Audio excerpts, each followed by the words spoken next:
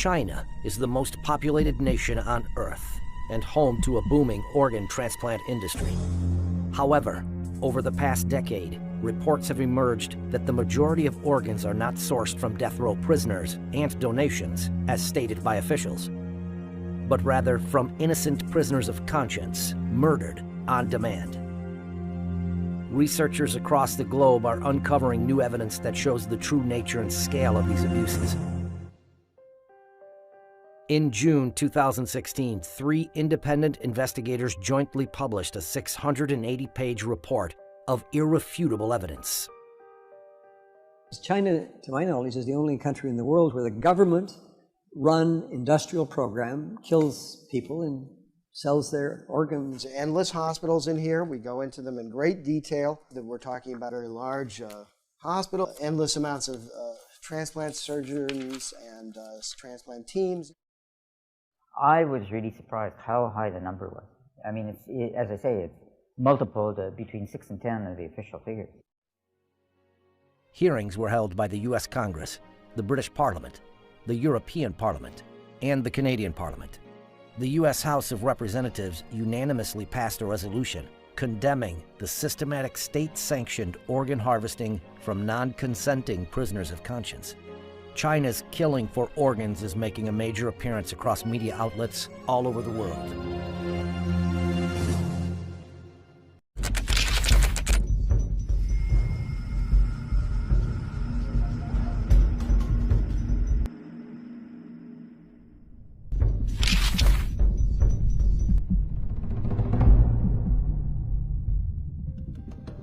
In 2006, it first came to light that prisoners of conscience were being killed on demand for organ transplants in secret detention facilities throughout China.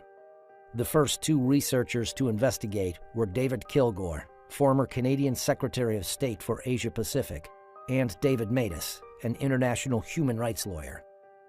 When we started in 2006, I mean, I didn't know where the trials would lead or what the conclusion would be. The initial surprise and disappointment was that this was true, that it was happening throughout China, and it was happening from 2001 to the date of our report. Kilgore and Matas released their first report in July 2006 and later published the book Bloody Harvest. Around the same time, Ethan Gutman, an independent investigative journalist based in London, spent 7 years doing his own research before publishing The Slaughter in 2014. We made the point that it was really prisoners of conscience, we believe, are making up the bulk of these organs that are out there.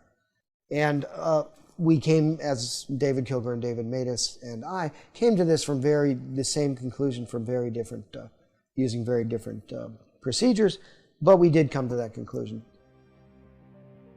The investigators joined forces, researched hundreds of transplant hospitals in China, and released their new report in 2016. The 3 investigators were nominated for the Nobel Peace Prize for their work.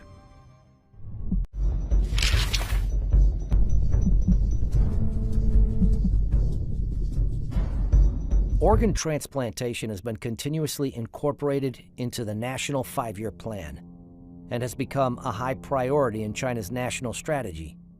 A large number of organ transplant research and training projects are funded under the major national programs and funds. The investigators found that China International Transplantation Network Assistance Center, CITNAC, listed transplant prices for foreigners on its archived website.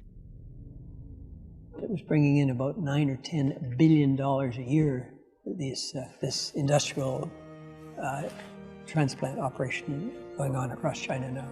It's a lot of money. A lot of hospitals are financing a lot of their activities through that.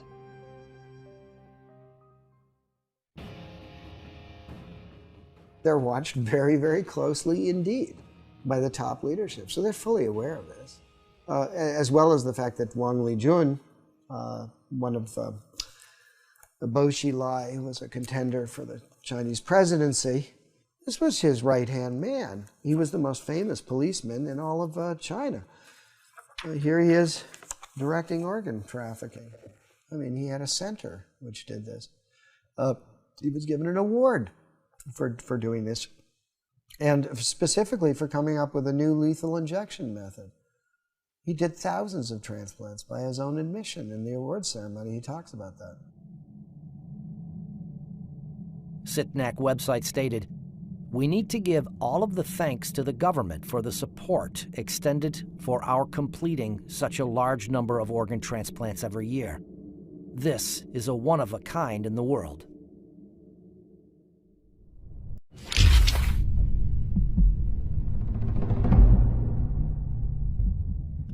Discovering exactly how large the transplant industry is in China and how many victims there have been is difficult.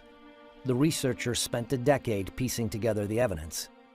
For example, in September 2013, Director Zhu Jiye of the Liver Transplant Center at the People's Hospital of Peking University told China Economic Weekly, "Our hospital conducted 4,000 liver and kidney transplants within a particular year." So we had to cross-check everything. So when we had posted volume numbers, we cross-checked it against staff, against beds, against research publications, against media reports, against the purchase of immunosuppressive drugs. I mean, every which way we could. And what we were able to do by all this cross-checking is develop a consistent picture. And in that particular case, we came to the conclusion that yes, this claim of 4,000 was real. Shenzhen Central Hospital, they have 500 beds. It's actually over that now. 500 dedicated transplant beds. Now, they were claiming in their internal communications at several points to be doing 131% occupancy. What that means, again, 20 to 30-day stay, or what it suggests is they're doing about 5,000 transplants per year. These examples show that China's official claim of 10,000 transplants per year is easily surpassed by just a few hospitals. But these two hospitals are just the tip of the iceberg. The investigators found that more than 1,000 transplant hospitals applied for permits from the Ministry of Health in 2007 to continue doing transplants. That suggests these hospitals met the ministry's minimum capacity requirement for transplant centers it certifies. 169 were eventually selected. If you assume hospitals just operating at the minimums, never mind actual, our actual estimate is closer to 100,000 a year. Found other evidence of a massive transplant system, some of it from Chinese officials themselves. He Xiaoxun, a member of the expert committee of the Human Organ Donation Commission, stated, "The number of transplants increased by 10 times between 1999 and 2000, and further tripled by 2005. That's a 30-fold increase in 6 years." Wu Mengchao, known as the father of liver surgery in China, told the media in 2011, "China now performs the most liver transplants in the world." Since 2000, the entire United States has performed an average of about 6,000 liver transplants a year. This could be matched by just a few hospitals in China. That they had this endless supply of organs available on demand, and the only limit was capacity. And so what you saw after 2001 was this huge building boom. New beds, new wings, new hospitals focused on transplants. And so that the volume, when the system's operating at capacity, increased year by year. The report shows that just the 169 hospitals approved by the Ministry of Health could have performed over 1 million transplants since the year 2000. Many more hospitals were also doing transplants despite not having been certified.